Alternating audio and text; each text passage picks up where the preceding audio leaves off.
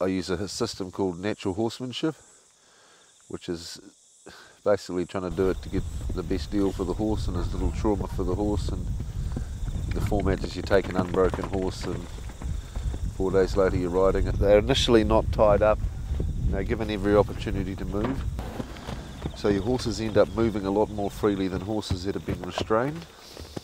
The horse that I'm working with is she's a nice horse, but she's quite a flighty horse. She's quite a nervous horse, and she's quite busy.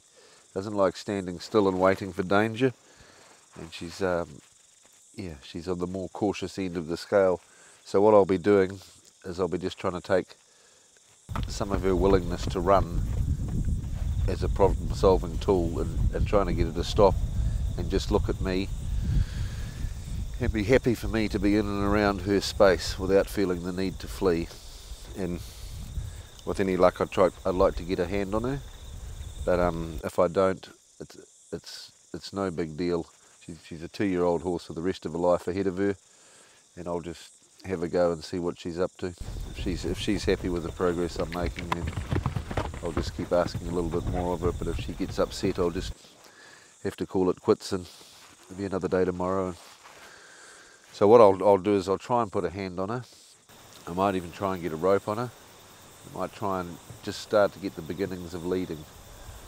That's all I'd be doing in the first couple of days, and I might only get one of those pieces done, or I might get more than one done. Then I'll carry on tomorrow. I'll try to do some more leading with her, get a halter on her, and then most of my work is just on the ground with the horse going around me, one way and the other, backing back, yielding to my pressure so I can use my energy to move her, to stop her, to make her move, to get most of the responses that I want on her back. I want to be able to do that on the ground so my weight's not in the way of her balance. She's got a lot to think of without supporting somebody my weight on top of her. But I'll have them working around me on a lead, on a lunge, and then I'll put a saddle on inside that pen and let them run around with the saddle, and they might have a bit of a buck with the saddle on and work through a few of the issues with things touching their body.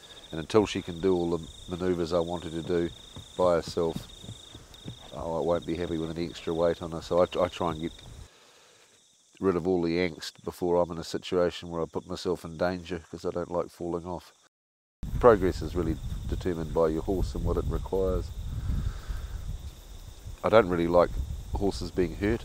I especially don't like my own horses being hurt when I've had to feed them for 3 years. And traditionally there's been a margin of error and there's been a loss involved with some of the more traditional breaking methods. You don't really want something that's broken. Horses that are uncomfortable won't work as well as horses that are comfortable physically and mentally. Yeah. And I feel this is the safest for me and the safest for the horses. But it's important for a horse to have rapport with something else, with a heartbeat. And if I'm the only one there, I'll become its herd, and it wants to be part of a herd, because if they're singled out, they're in danger. Try and show her that I'm not scared of too much, then she'll get big security from me, and I'll become the person or the entity that looks after her. It's not particularly that she likes me. It develops into friendship like anything does, but essentially it's the respect of something that they believe is powerful enough to look after them against things that they can't look after themselves. And I'd like to think within a week she'll be following me around like a dog without having a rope on her. She'll walk up the steps after me and come and hang out with me, and they usually do, but it doesn't initially start out as a Disney concept. They're looking to me for security, because it's a science and it's a technique. It's not a new age religion. There's people that have been working like this, I think, probably forever, and things are cyclic and they come back into prominence now. But there's nothing magical about it. It's just a matter of learning what a horse needs to feel secure, and so you feel secure, so you don't feel in danger. And then, if everybody's happy, there's a lot less chance of anybody getting injured. Yeah, and it's just natural horsemanship. It's just the horsemanship that works the most naturally for the horse, and no more and no less.